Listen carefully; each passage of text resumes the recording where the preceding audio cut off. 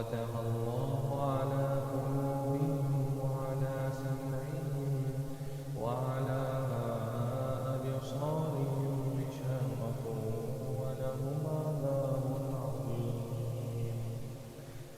ومن الناس من يقول آمنا بالله وباليوم الآخر وما هم بمؤمنين يخادعون الله والذين آمنوا وما يخدعون إلا أنفسهم وما يشعرون. في قلوبهم مرض فزادهم الله مرضا ولهم عذاب أليم بما كانوا يكذبون. وإذا قيل لهم لا تفسدوا في الأرض قالوا إنما نحن مصلحون. ألا إنهم هم المفسدون ولكن لا يشعرون. وإذا قيل لهم آمنوا كما آمن الناس قالوا أنؤمن كما آمن السفهاء. ألا إنهم هم السفهاء ولكن لا يعلمون.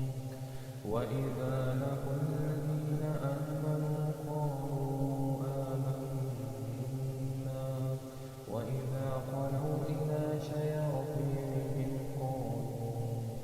قالوا إنا معكم إنما نحن مستهزئون. الله يستهزئ بهم ويمدهم في طغيانهم يعمهون. أولئك الذين اشتروا الضلالة بالهدى فما ربحت تجارتهم وما كانوا مهتدين. مثلهم كمثل الذي استوقد نارا فلما أضاءت ما حوله